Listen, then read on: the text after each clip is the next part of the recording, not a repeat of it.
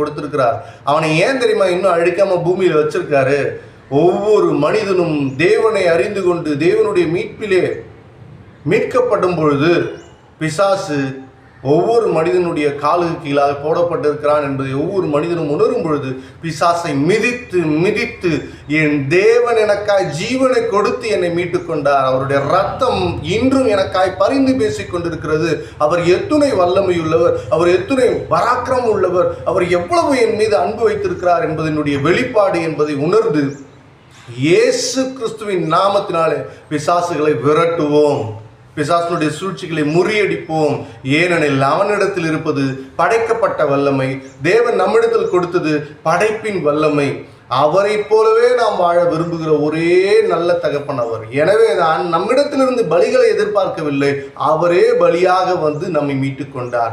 இந்த சத்தியத்தை நீங்கள் அறிந்து கொள்ளும் பொழுது பூமியை சுதந்திரித்துக் கொள்வீர்கள். இந்த சத்தியத்தை அறிந்து கொள்ளும் பொழுது பிசாசுகள் உங்களை கண்டு விரைந்து ஓடும். இந்த சத்தியத்தை நீங்கள் அறிந்து கொள்ளும் பொழுது நீங்கள் அபிஷேகிக்கப்பட்டவர்களாக இருப்பீர்கள். இந்த சத்தியத்தை நீங்கள் அறிந்து கொள்ளும் பொழுது இந்த வார்த்தையை அனுதின மன்னாவாக எடுத்துக்கொள்வீர்கள். இந்த சத்தியத்தை அறிந்து கொள்ளும் பொழுது ஒவ்வொரு நாளும் நம் வாழ்க்கையில் பெரிய பெரிய அதிசயமான புத்தம் புதிய காரியங்களை தேவன் நடப்பித்துக் கொண்டே இருப்பார்.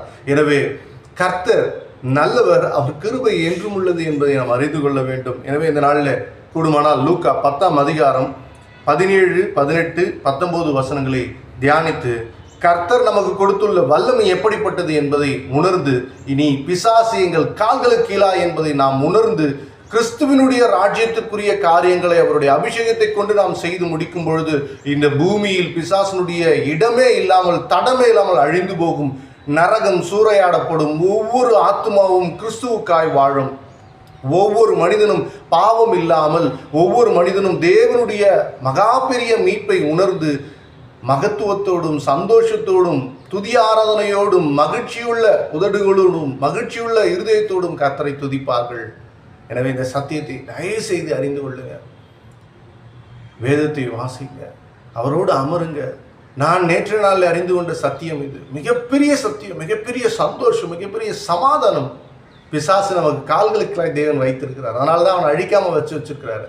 தேவனுக்கு உகந்த பிள்ளையாய் நாம் வாழும் பொழுது நாம் இந்த பூமியை ஆளக்கூடியவர்களாய் மாறுவோம்.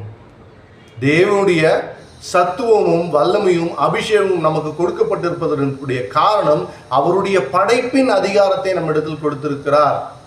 ஆதாமிடத்தில் கொடுத்த அதே சத்தியங்களையும் அதே ஆசீர்வாதங்களையும் அதே விடுதலையும் தேவன் நமக்கு இன்று மீட்டு கொடுத்திருக்கிறார். 2ஆம் ஆதாமாகிய இயேசு கிறிஸ்து நமக்காக யாவையும்